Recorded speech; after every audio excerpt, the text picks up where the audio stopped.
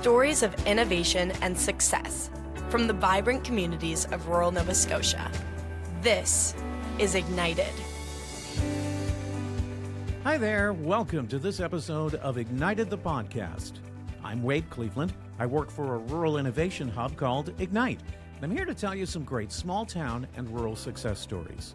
And what's Ignite, you may ask? Well, Ignite is many things. We have 4 pillars that we concentrate on: youth, entrepreneurs, industry, and community. Now, you can find Ignite putting together youth camps on entrepreneurship or on digital technology. I mention both because we have in fact held both kinds of camps this past summer.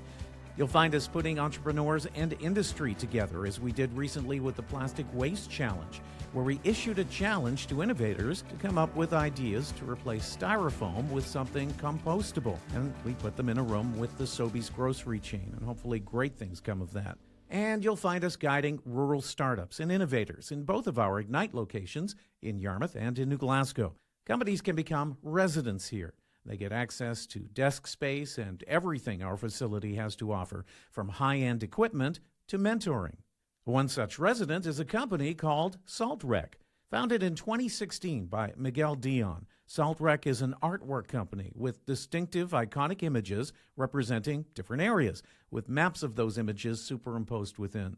They're distinctive and striking, and it all began with the silhouette of a lobster, and inside that shape is a map of Yarmouth, Nova Scotia, where I am right now. Now, since then, Saltwreck has grown to a collection of over 700 unique maps of Canada, with over 15,000 pieces sold. From one innovative idea has grown much more, everything from NFTs to DNA-infused art, as well as an expansion into world maps. Miguel joins us from the Ignite Studios in Yarmouth to talk about his entrepreneurial journey. Miguel, thanks for joining us. No worries. Let's talk a little bit about Saltwreck. Let's start off right at the beginning. Let's go back to 2016 when you guys first started up. Where did this idea come from, first off? Mark Dunkley, he's the co-founder of Saltwreck, and he's in a relationship with my cousin Dominic Muse-Babin. Mark had a great background with Shopify, being one of the first employees at Shopify, lots of e-commerce experience. So yeah, me and Mark were around a family dinner, and we were talking about maps and iconic shapes that would represent each area in Nova Scotia. And we kind of went home and we chuckled, and I told Mark that I would give him kind of a roadmap, because he was from Ontario and he had just moved here to a brand new province. And we sat on that original chat about me just kind of giving him a roadmap, and he came back and created this Yarmouth lobster. Right. And he sent it to me in email, just kind of nonchalant. And I looked at it, and I looked at it twice, and I looked at it 3 times, and I said, Mark, you got something pretty powerful here, right? So it was kind of my idea, but he put it into a real artwork, and he was looking for art for his own wall. Okay. So we weren't talking about selling. It wasn't an e-commerce experience here. And sure enough, I said, Mark, we should do a shop and do this for all of Nova Scotia. And that's kind of how it began. Now, if you go to your shop, I was looking on Etsy, Yep. and any place that you can think of almost within Canada, or a lot of them, they have iconic things. Yarmouth lobster, and you superimpose that map on there, and it's really striking. Yep. And on your online webpage, there's everything from a big one to Canada to smaller ones for particular cities or towns or whatever. It's quite a journey to go from one to all of these. How quickly did this whole thing start to grow?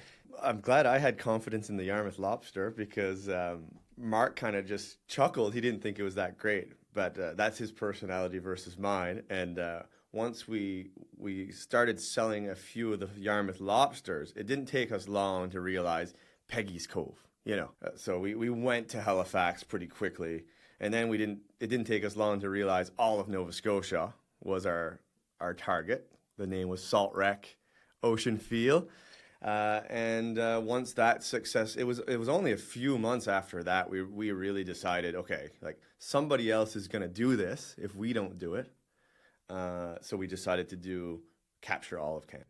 Now, Mark Dunkley has Shopify experience, so he knows about online. Is that why you're pretty much exclusively an online store? Yes, yeah. We started with that in mind.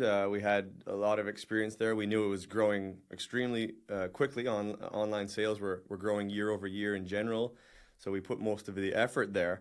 But another thing that we did early on, which helped a lot, is we sought out some gift shops that sold higher end products, and because that's where our art would fit, and we sold prints, which really helped spread the word faster than just online. Because so for Dartmouth, for example, we went to the Kep shop, and the Kep shop has been a wonderful customer of Saltwreck, selling hundreds of prints, and all those go on walls and people in Dartmouth, and then the word spreads from there. Okay, that's good. Let's talk about growing a company. Yeah. You start off. You have one. You're going to gift shops. Was your online store already up by then? Yes, it was. Yeah. Okay. We popped the online store up in the very early days, probably earlier than we should have, but that's how you got to go. Like Mark said, in the spirit of breaking things.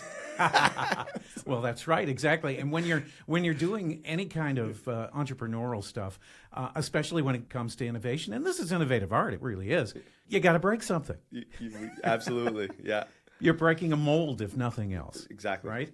So for somebody who's thinking about starting something online, it's a thing that a lot of people do now. What advice would you give them? Have a strong concept. I feel like our concept was strong off the get-go, captivating. It was something unique, and it was also scalable.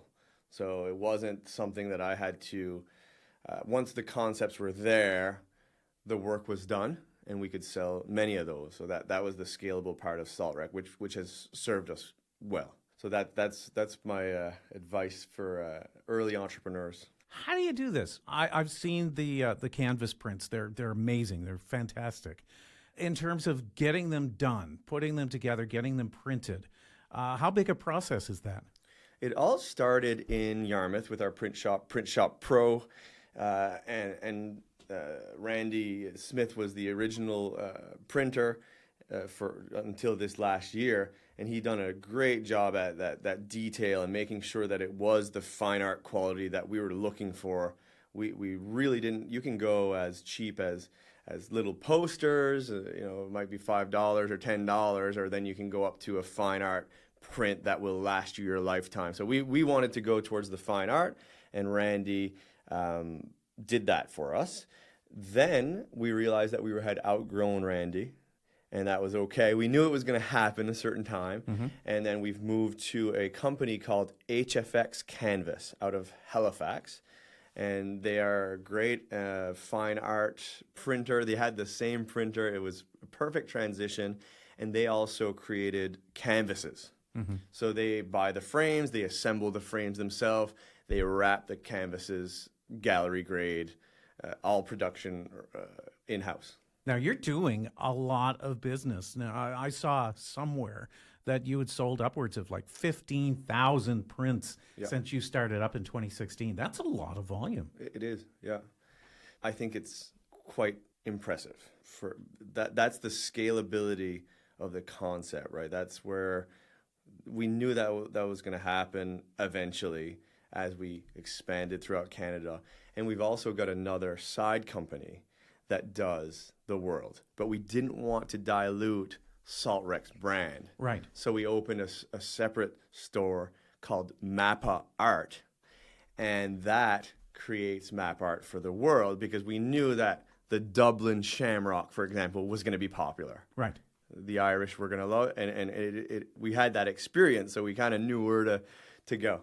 So that's exciting as well because that's a newer company in its infancy, and we'll see where that one can go. When did you do that?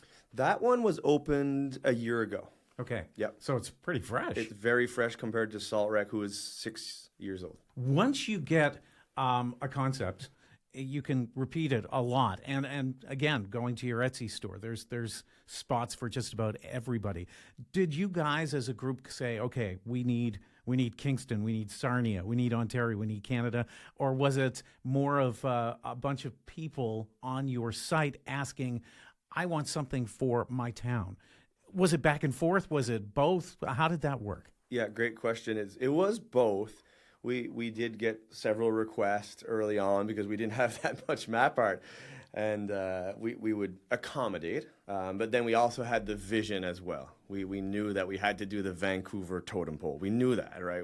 So we had these high-level visions, and we also went by population, thinking that more population was better. But we kind of learned along the way that some towns just have more community pride. Right. And it's impressive. Really? That's interesting. It is. You'd have a big city in Ontario, and you will get the odd orders, right? But you might have a place like Woods Harbor that hasn't had artwork created for it, and they really hang on to that. Right. That pride is a big deal, and being acknowledged, I guess, as this is a wonderful piece of art, and it's mine. There's a buy-in because I'm from, for example, Clark's Harbor or Woods Harbor or whatever. Right on. And also our communities in Nova Scotia, it's a good example. There is a lot of affinity to maps. We're nautical, we're fishermen, so we love that feel. So it kind of fits the East Coast feel probably better than a lot of Canada. But that being said, we still sell a lot in Ontario and in Vancouver, et cetera. So in a way, you're not just selling art, you're selling almost community pride. Exactly. Ukraine war breaks out, and the Russians invade Ukraine, and there was a big movement for peace in the Ukraine. And you guys really did something amazing. Tell us a little bit about the Peace for Ukraine promotion that you did as part of Saltwreck. We again, the concept works so well as an icon or an artwork for Peace for Ukraine. So the original thought between Saltwreck was, how about if we just do a peace emblem and do a map of Kiev? Because when we started to think about this, Kiev was the hot spot, right? Mm-hmm. We know, of course, that there's a lot more than Kiev, but that was where there was heavy artillery, and that's where President Zelensky was, and there was a lot of things going on with Kiev. And being the capital, it felt fitting. So we did a map artwork for that, and we decided, this is probably bigger than just doing art. It probably is a T-shirt thing. So we had an accompanying product, which we went to Stanfield's with the idea. And they said yes right away. Now, Stanfield's is a major player when it comes to producing T-shirts, and also a Nova Scotia-based company, which is a pretty big deal. Yes. So it was a no-brainer for us to try. We had a contact there, and it wasn't long getting Peace for Ukraine organized. We wanted to make sure that the detail of the map of Kiev would come through on a shirt versus fine art. So we didn't want to dilute that, but they figured out a process, and it's been an amazing shirt. We got it right up to Trudeau. We've got all the other leaders of the parties. Chris D'Entremont did a great job promoting it right up to the top. Mm-hmm. He's our local MP. Yes. Yeah, it's been awesome to see, for example, one of the best stories for Peace for Ukraine so far is a dentistry practice that just bought it for the whole team. Mm-hmm. And what's the link? Well, they just wanted to do something different. They wanted to be leaders, and the first client that came in was almost in tears. Really? Yeah. They had a connection with Ukraine. They had done some humanitarian efforts. They said, "Where do I get that? I want one right away." So just little things like that, where the owners of this dentistry practice were thoughtful enough, and they decided it was so successful on the first day that every Wednesday, all summer, they wear it. And the staff love it. And again, it's got that Saltwreck. Saltwreck has a look. It does. Yeah. It has an iconic image. There's a map. With this particular one, of course, the peace sign is powerful anyway. You've got the map of Kyiv, and you've got those Ukrainian flag colors. So it's stunning. It's very well done. Thank you. And congratulations on that. The stuff that you do is striking. And it always seems to be striking. So that's a pretty big deal. And part of the charm is not us as artists or visionaries of iconic art or whatever you would want to call it. is my favorite things about this art is it's not just Miguel's art, it's not just Saltwreck's art, because the map creates some of the art. Yes. I can't manipulate the map. I don't own, right? We can change the orientation, we can zoom in and out, but the actual land. So then you have that real wholesome component to Saltwreck. Right. That it's not just Miguel's art. Right. Or exactly. Saltwreck's art. Yeah. And that's one of the things that I've always, when I look at it, it's like, you know what? That is nice, because that's back to the hometown. That's real deal. And maybe that's why some of these smaller communities really resonate, because it really is theirs. It's their art. It's not Saltwreck's art. Absolutely. Let's talk about culture. Let's talk about the Acadian culture. I know, because I know you, I know how important the Acadian culture is to you, because you are an Acadian. Tell us a little bit about how you feel about your Acadian culture. Yeah. Growing up in a rich Acadian village and brought up by Wendell, who's one of the first Acadian artists to record us ever, you know. It was always in my heart, and now I'm just finding a way to use Saltwreck to really leverage that and help the Acadian culture. And we're working on a few exciting projects right now that I'm really proud of. Okay. Yeah. Can you tell us about the DNA infused art? I just found out about this. Explain it to me. So what we are doing is world first, innovative art, and we're doing it, the first edition is a map of the deportation. And what we did to create innovation is we went to a Bellevue apple tree in Clare. We identified the Bellevue apple tree. The Bellevue apple tree is very important because it predates deportation. It was used by the Acadians in Port-Royal before the deportation. They then got deported, and they loved this Bellevue apple tree enough to go back, and they took clippings of the tree and brought it to Clare. So it's got a great story on its own. And we took that branch, we brought it to a lab, we're extracting the DNA from the Bellevue apple tree, which will then be infused into the artwork to create innovative Acadian art. That is amazing. What a story. Where did that idea come from? Was that something you came up with? We have partnered with a company called DNA Technologies. Okay. And DNA Technologies holds patents to extract DNA. Okay. So they approached us because they saw our concept and how broad you could use it.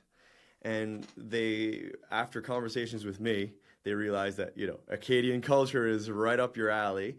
And I decided that the first edition of this rare art should be for the Acadian culture. And so after we linked up with them, we tried to decide what was the most meaningful plant that we could extract DNA from. We identified the Bellevue apple tree as one of the better stories that would resonate with Acadians. And then the rest is history.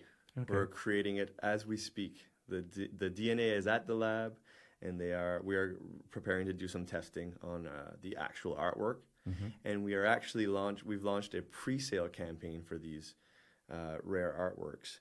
We're hoping to sell 12. It's a collection of 25 total. So we're pre-selling 12. And the reason why we're pre-selling 12 is there's a little bit of urgency because we're giving back the profits from these rare art sales to the old house in Meteghan. Tell us about that.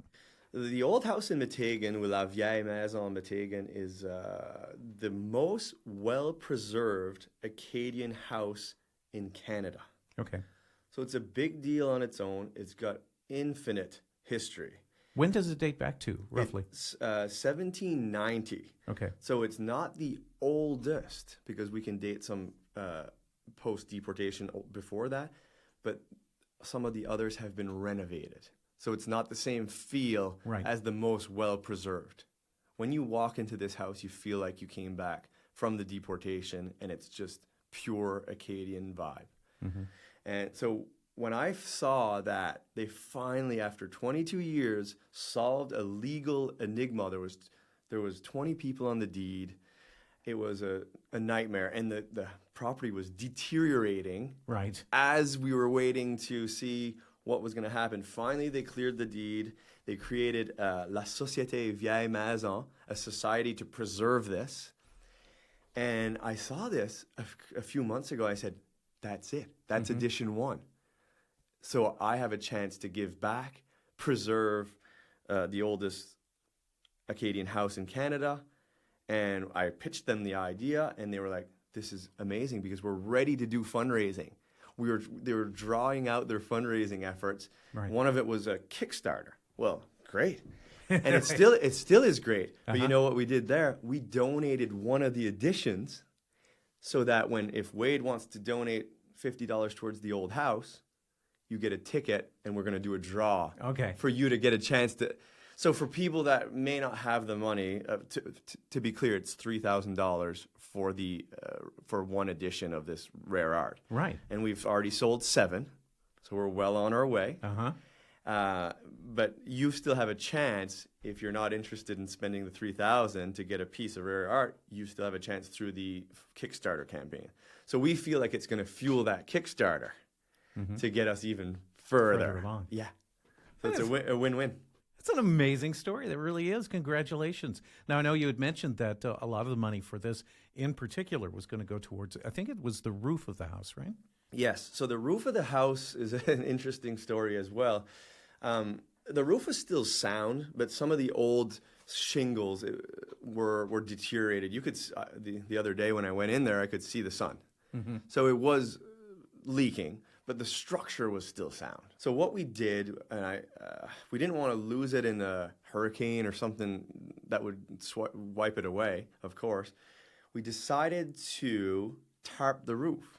And they put a tender out, and there was a couple days, and everybody's busy with carpentry and all that stuff. And I looked at it, and I said, you know what? I'm going to do it. So yeah, but I didn't have the gear, to do it all by myself. So I called Adam Randall from East Roofing, and I said, I need a favor. It's a great community thing. We'll pay. Saltwreck will pay for it, right? It's not going to be a big deal. It's just tarps, and let's go tomorrow morning. And Adam said, I'd love to. And it's great because it's not even a company from Clare. It's a company from this area, and that really speaks to the collaboration that I'm hoping to nurture here. I'm trying to do this borderless Acadian culture, right? That there's because there is no borders in the Acadian world. So I'm trying to rally everybody behind this old house because of the story, because of what we're preserving. And it was perfect that a company from here decided to go up there. We did it.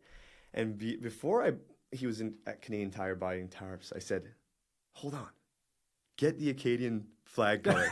Of course you did. I was as you went there, I was thinking, oh no, you've got to have. I got to. You got to have the red, white, blue. And he said, of course. And we did it, and it's been on the news, and people are taking selfies with it. Yeah. Just that simple thing. I took a star off of my barn. I had an old rusted star, and I spray painted it yellow, and I put it right on there. So it will be there for a month or two until we gather enough money. That's work done. Yes, because it is a big deal to do old style roofs.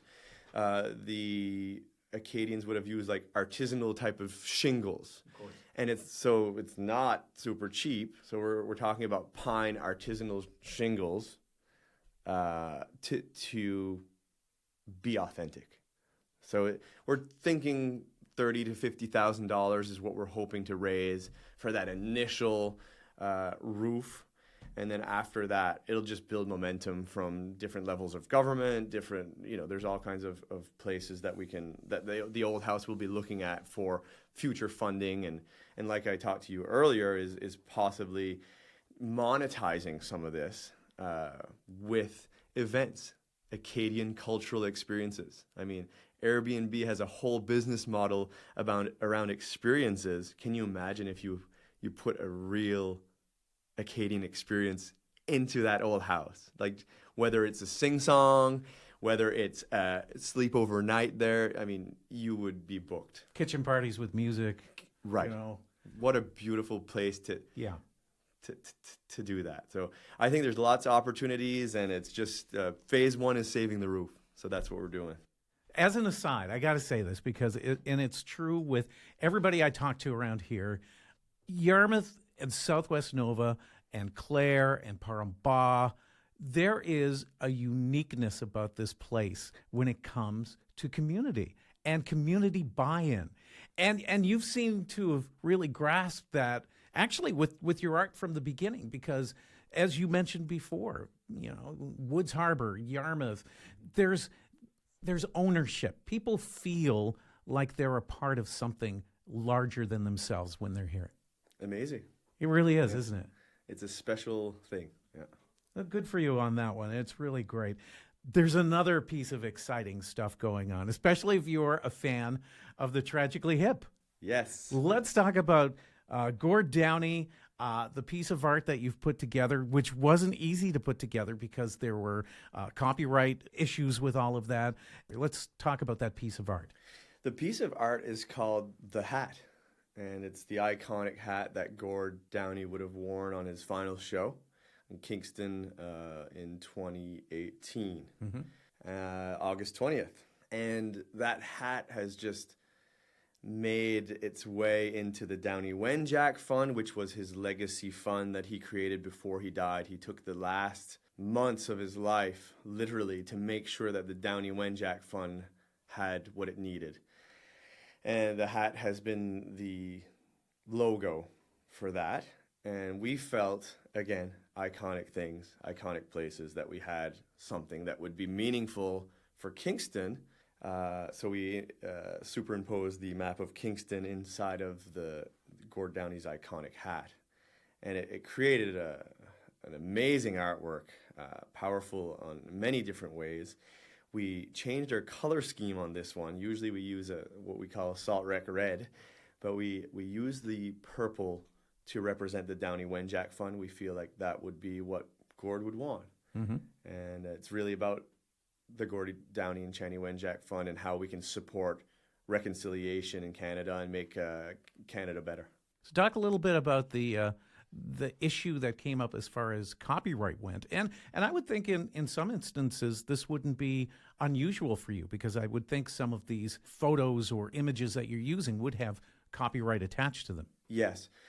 In this one, the estate of Gord would own any likeness of Gord Downey, right? Even the words that we're saying.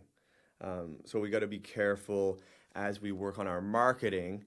For example, the product is called The Hat for the Gord Downey and Wenjack Fund. Okay, that's the exact words, or in support of. We can still use the Gord Downey Wenjack Fund, but we can't call it Gord Downey Hat. We can if we have approval from the estate. But what we did is we asked for approval to use the silhouette, because it's not ours. They own the copyrights on that, and they loved the artwork right away, and they gave us approval for that. So that was an amazing situation, because I had tried 4 years ago, and I just went through the wrong channels, and I got stopped, and now the estate of Gord has approved. So I think I've got the best approval I can, and we're excited to launch that. What's exciting as well, Wade, is after we sell the original 75, we feel like that's a reasonable number to sell. We wanted to keep it quite exclusive and rare. We do have plans to do a collection for the Downey Wenjack Fund, and that's where it really gets intriguing, because we plan to collaborate with First Nations artists and do a Saltwreck First Nations combo, which we've never done before. We've always wanted to do that, and I feel like with the Downey Wenjack Fund, it's the right place to do that. So we would have like a second edition, right, which could be something like an eagle feather. It could be anything. That's the thing. With what you do, the possibilities are endless. Exactly. So what's next? Or is there a what's next in your mind? Is it when you come up with one of these ideas or one of these concepts, is it like, I don't know, you're laying in bed and you have a eureka moment and you kind of start throwing this together? Is it that way, or is it longer term? How do you grow this with more concepts? We have with the Acadian rare art and the Gord Downey Channy Wenjack projects, we feel like that's enough in the fire right now. We want to really make sure that those two are very successful. So we're putting all of our efforts into that. But like I said, with the Gord Downey and Channy Wenjack, we've already kind of mapped out a collection. So if we have that initial success, we want to do the collection. Same with the Acadian rare art. This is where it gets exciting, is we're working on a collection, an Acadian heritage collection, that we would do more of this giving back to preserve some of these old houses, but not just in Nova Scotia. So we plan to go and look at France and take one of the oldest apple trees or pear trees there that the Acadians would have survived off of, and take DNA from that and infuse it into artwork and donate back to some of the oldest properties in France. So this is going to be a collector's dream. You know, any rare art collector that has strong Acadian roots will be following this journey as we go to France and Louisiana to go borderless. Miguel, cheers to you. Congratulations on the success of Saltwreck, and here's to a lot more great, interesting things coming up in the future. Thank you so much. It's been a pleasure being here. If you'd like to check out Saltwreck's collection, check out Etsy Canada by going to etsy.com/ca/shop/Saltwreck. If you want to see the world maps, it's the same idea. Etsy.com/ca/shop/Mappaart. MAPPAART. If you'd like to find out more about Saltwreck's Peace for Ukraine initiative, look for peace.saltwreck.com. And to find out more about rural innovation and what Ignite does, check out igniteatlantic.com. Thanks for listening to Ignited the Podcast. If you enjoyed this episode, we'd love it if you subscribed, shared us with a friend, and gave us a good review. And we'd love to hear from you. Our website, again, igniteatlantic.com. My email is Wade, W-A-D-E, @igniteatlantic.com. I'm Wade Cleveland. Thanks for listening. We'll talk again soon.